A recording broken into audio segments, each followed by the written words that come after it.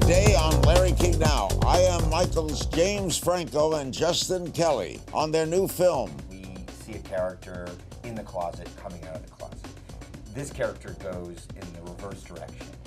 And so I thought it would shake things up. It would, go against our expectations so that we could look at this material in a fresh way. On James being a gay icon. Do you think he's a gay icon? Probably, yes. I think just the amount of kind of queer stories and characters he's played and portrayed has possibly made him a gay icon. Plus, I have my own cut of 127 hours, and and I made the arm cutting scene the actual length. So it took him about 45 minutes to actually cut his arm off. So I have a 45-minute scene of just like cutting the arm off. Left, right. Yeah. all next on Larry King Now.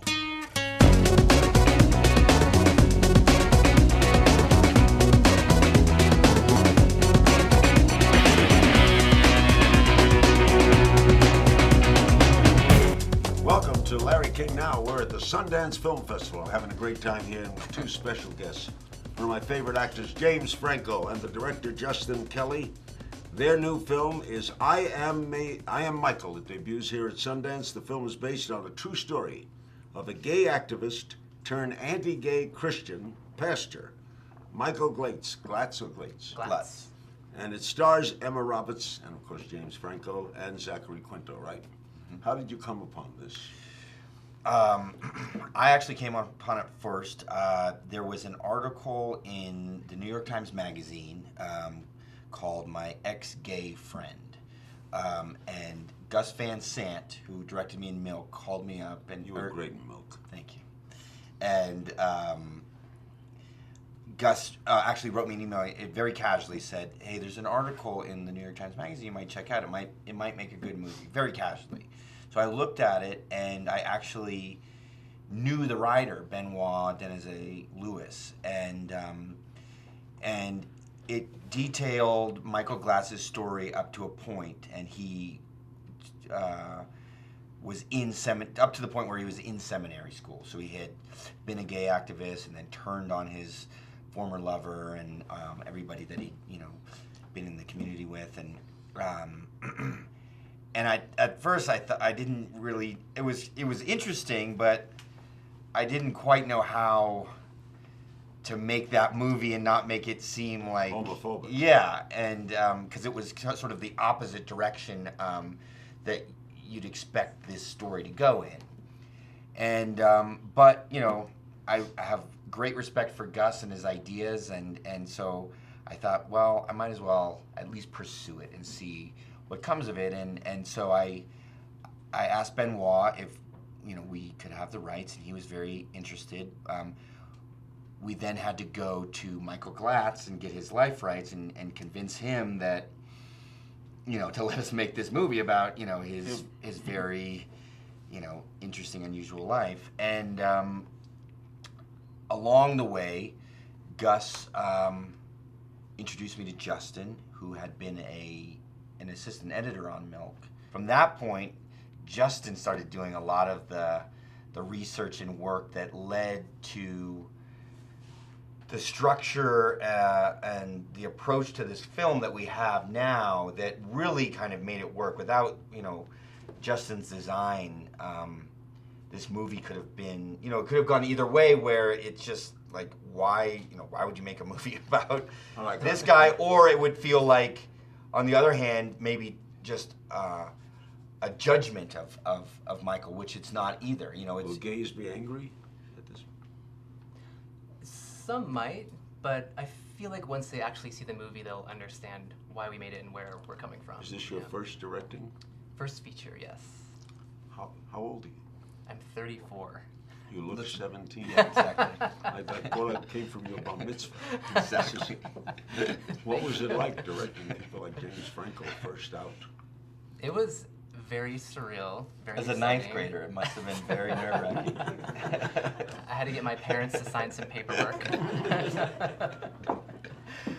No, it was complete dream come true scenario, and James just works with a lot of newcomers and is such like a mentor and was so good to me during the whole process. But how did A lot of, I mean, to speak to that, a lot of actors, or established actors have a fear of working with first-time directors. Yeah. There's a fear that they won't be handled well, that the director will fumble the movie, or be in awe of them. they won't know, the director won't know how to talk to them or direct them. And when I see somebody has talent, I'll take the leap, because I know that if they at least work with me a little bit, I can help them transition to the next stage. The director runs the film. It's his baby. I agree. Did you feel in charge? I did, yeah. He didn't intimidate you. A few times, of course, but. What? Well, did you ever say, I think I want to do it this way, James? No, when I was a younger actor, I certainly, I was harder to work with, because I didn't understand what you said right there, that the director is in charge. I thought that I knew better in some cases, and so it made me a difficult young actor to work with, and I had to come to, but it also made me miserable. I didn't enjoy acting. Really? Yeah, because it felt like every movie I went into was like a battle. And partly that was partly due to the way that I was taught in acting school, that there were no I was told there were no actors directors nowadays, and that's just it's just not true. And also, after directing some of my own movies, I realized what a director needs. A director wants movie making is such a collaborative process. You want everybody to be more or less going in the same direction as you are. And when you have somebody that's not, it just like uses up so much energy, and that could be used elsewhere. What was the most difficult aspect of telling this story? Oh, wow. It's... I would say it really was trying to find, because I feel like there's like the kind of tabloid, logline of the story, a gay man goes straight, and then there's like the real story. And so trying to find out what really went down, and kind of like finding all these pieces of information via research, and trying to find a way to combine them all to get at the heart of the story. We'll be right back. The film is I Am Michael. It's here at Sundance. Obviously, it's a great story, great actor, great young director. All right, the motivation to do this. Do you consider yourself a gay icon? I don't know, Justin. What do you think? A little bit, yeah. What was the motivation to play this transitional person? Like I said, Gus kind of brought me to the idea, and what I saw in Michael's story was a way to examine identity, how we define ourselves, to examine the question of, are we born with certain, things inside us? Do we make those choices? Is it a combination? Does it come from our parents? What? And these are still things that we're always asking ourselves. And so this story, I thought, was a way to look at all of that, but through a unique kind of perspective. Because normally, with this subject matter, we see a character in the closet coming out of the closet. This character goes in the reverse direction. And so I thought it would shake things up. It would, go against our expectations, so that we could look at this material in a fresh way. You could relate to it. Relate to it? Yeah, No, I mean, we have very different life. Well, you have paths. to find something in it right now. I mean, I could relate to, because the real Michael Glatze was here yesterday, and he saw the movie for the first time. And one of the things, and he liked the movie very much, and one of the things that he was talking about was this struggle he had, with himself and his identity. And I can relate to that. You know, in my late 20s, you know, it's weird to say because on the surface my life was very good, but you know, I had a kind of a mini weird depression. Like I was not happy with the way things were going in my life, and so I had this moment where I was searching for answers, searching for ways of living my life so that I could find some satisfaction that when I wasn't at that time finding it. So I guess to that extent, I can relate to that struggle, that search search for meaning in life. Now, I wasn't struggling with my spirituality or sexuality in the same way, but just the struggle for meaning, I can relate to. As a director, was it hard to, after you direct this, to sit with the real character he's played and find out how he liked it? Yes, definitely. I sat in for the first 15 minutes and then left. I just thought I would let he and his now wife Rebecca watch it, so it was very nerve-wracking. Well, especially because, you know, usually, or a lot of times when you find a movie about a real, you know, person, it's usually like them overcoming some obstacle, or, you know, it's kind of an inspirational tale, like in 127 Hours, you know, he escapes. How the hell did you do that? Yeah. But here, it's not quite that, you know, it's sort of a little more mysterious, a little more ambiguous. And so we weren't sure what he was going to think. But in fact, it sounded like the movie was healing for him, that Michael Glatze, the real Michael Glatze, is a man of extremes. He's a very passionate person. And so when he was an advocate for, you know, gay rights, he was on the forefront, you know, and he, you know, would go around the country talking to, you know, the youth about, you know, being okay with themselves. And then when he made the change, he went, you know, it's just as far in the other direction. So the movie allowed him to kind of come back from some extreme views. As the viewer, I have to accept that. Right. Why did he change? There's, you know, I would say that the film kind of provides some clues as to what could have led to the change, but there's no, you know, single answer. There's no definitive answer? No, I wouldn't say there is. It's really like a combination of various things happening in his life. He lost both of his parents when he was really young, and he at one point thought he inherited his father's potentially fatal heart condition, and that kind of sent him off this kind of downward spiral of thinking he's going to die, and if so, will he be reunited with his parents in heaven or not? And that kind of launched him onto this spiritual and religious journey. You know, but did he become anti-gay? For a while, yes. And then not? Yeah. But it wasn't as if, you know, there are some stories of people struggling against being gay, and it wasn't as if he got into any of this because he was unhappy with who he was as a gay man. It was more that as the further he got into certain beliefs, the more he felt he had to turn on his former self. And on his boyfriend, right? Yeah.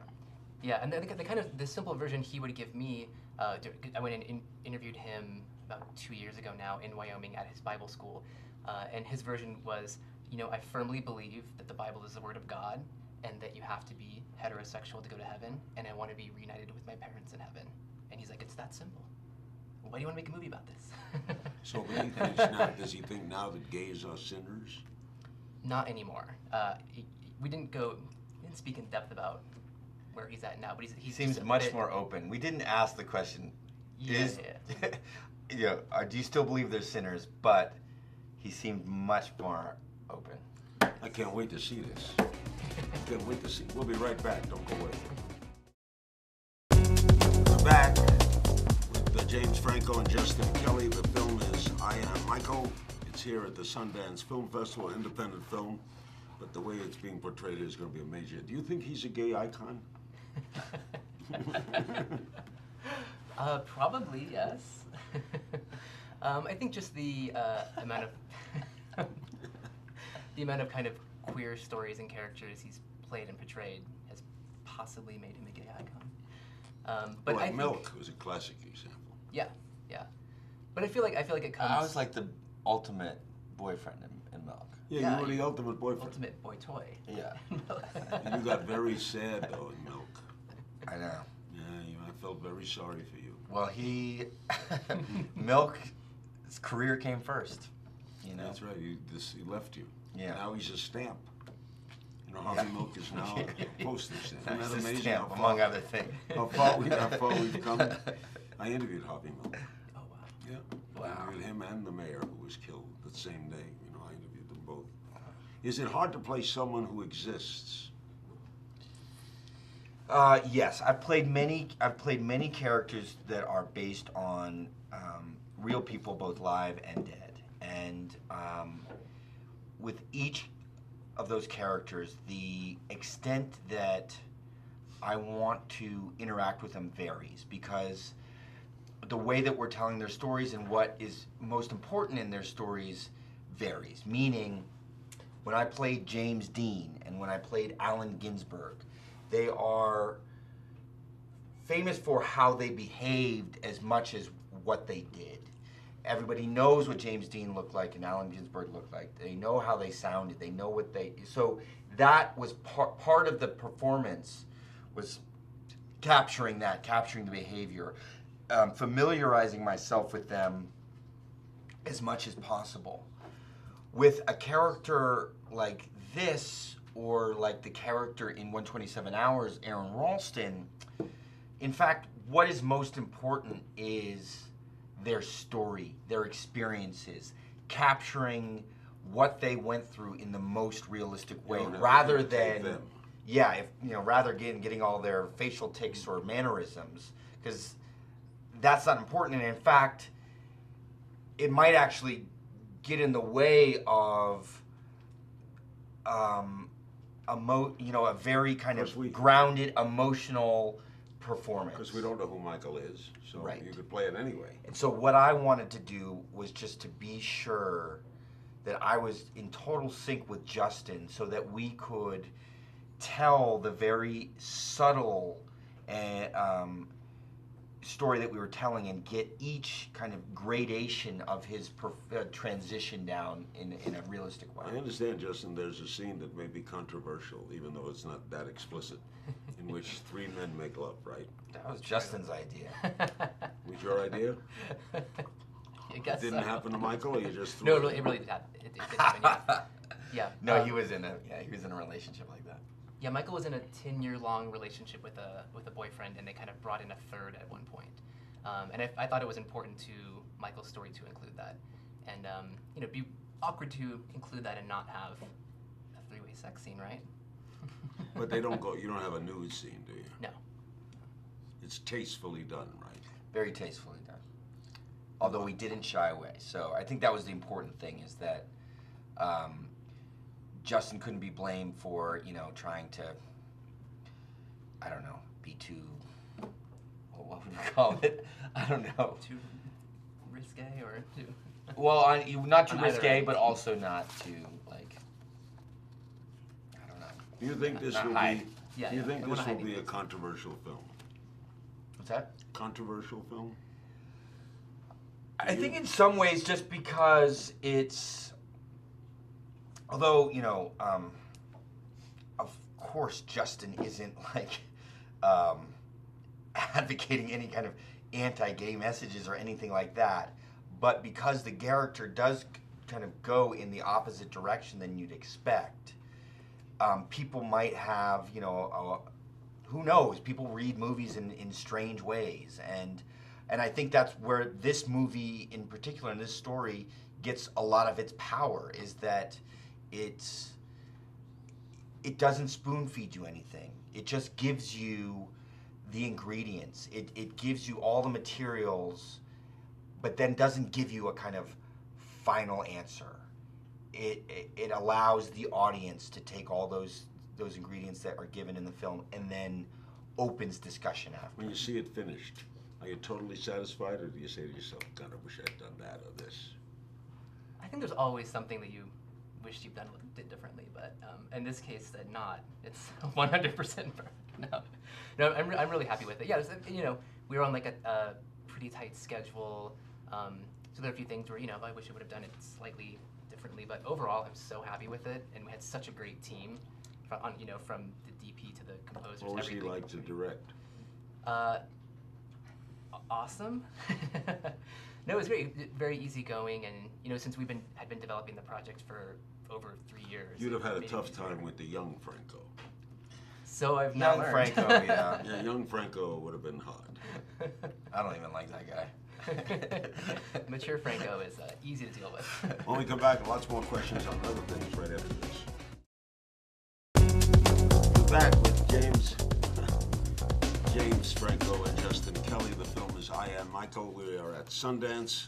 A couple of other things. Were you bugged about all the attention of the interview? No, I wasn't bugged. I think, it was a really confusing, weird thing that happened, and sort of, unprecedented in Hollywood. And so I think a lot of the responses from everyone were strange, from the studio to the industry press to the theaters, and I can, who knows, maybe this, will happen again. I, hope not. Did you think when you were making it there would be any? Because no, I mean, Charlie how could we Chaplin expect did a that? great movie, The Great Yeah. Dictator, in Yeah. 1939, Yeah. about Hitler, in which they made him a total buffoon. The Yeah. whole movie was about Hitler. It was hysterical. The Germans made some complaints, but there was nothing like this. Well, we live in a world where we're much closer now, and we can reach out and touch each other much easier. And I couldn't tell you what distribution was like then or whatever, but I mean, we did go to a war against the Germans eventually. So maybe Chaplin was part of the cause. I don't know. Were you shocked at the reaction, though? Were you shocked that North Korea reacted that way? Yeah, that anyone would, It's a movie. be that upset over it. I mean, it's pretty. Worse has been said about me, all the time, and I don't, What did you make of it, Justin? Oh, it was crazy. I couldn't believe it. It's become the kind of top news story for 2 weeks, if not longer. It was shocking. Yeah. Making 127 hours. Was that painful? Did you have a rock on your arm? I mean, How did they do that? that was a movie that was unusual in a lot of ways. It was, for most of the movie, 90% of the movie, I didn't have another actor to interact with. Right.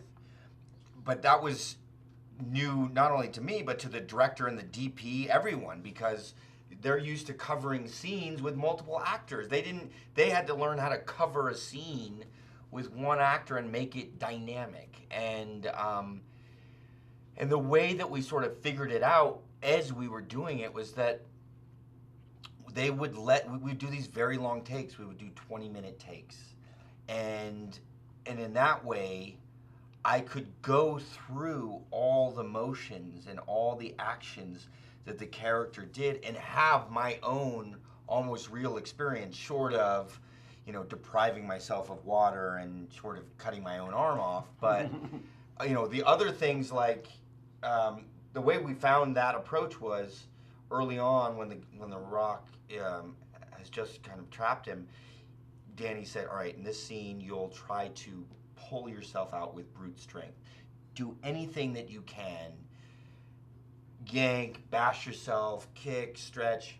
Obviously, don't get out, but do everything possible to get out. And don't stop until I say cut. And I said, well, I'm going to be bruised. He's like, yeah. I said, okay, well, maybe we can only do one take. He said, well, we'll see. And so I did it and really went at it. And by the time he said cut, we'd been rolling for 21 minutes. But what we found was, at the end of it, I was truly exhausted. I, was actually trying to get out. And so we didn't have to kind of break that down into these just little beats of, okay, for 30 seconds, be exhausted. And just kind of work yourself up and, okay, I'm exhausted. It's like he had 21 minutes of me gradually getting, more and more frantic, more and more exhausted. And so it added to the authenticity of everything. Did it all stay in? No. And then he said to me, so it's 21 minutes. I'm only probably going to use about a minute and a half of it, but I will, give it to you, and you and your friends can, get wasted and just watch it if you want. But that started this whole thing where we had this running joke where I said, well, why don't you just give me all the material and I'll make my own cut of the movie. And then it turned into this real thing where he did give it to me, and I have my own cut of 127 hours, and and I made the arm cutting scene the actual length. So it took him about 45 minutes to actually cut his arm off. So I have a 45-minute scene of just like cutting the arm off. Left, right. Yeah. What's next for you, young man? Considering other projects to do, of course. Working Anything on the table? Yes. You looking at scripts? Yeah, We're gonna do something together. Oh, really? Yeah, I've warned him because I've been an excited young director and started talking about projects that that I'm gonna do, and it's kind of come back and bit me. So I told him not to tell what it is, but we're very excited. You have a project. Yeah, we're gonna do something together. We can say it's another controversial true story. Yes, It's it not- is. Yeah. It is. It is. Yeah. Yes. So you're going to be drawn to this now. Controversial true stories. That's maybe our thing. Yeah. There'll be some identity, Is it stuff a in war there too. movie? A war movie? No. No, that would be amazing though. Like he plays a traitor. Maybe movie 3 will be that one. You going to go back to Broadway? Yes, I had a great experience on Broadway. You did a Mice and Men. We did a Mice and Men. We did great. We broke box office records at the theater. So I am actively looking for the next play to do on Broadway. Thank you both very much. All right. I can't wait to see it, man. Thank you so much. The film is I Am Michael, starring James Franco, director Justin Kelly. I'm Larry King at Sundance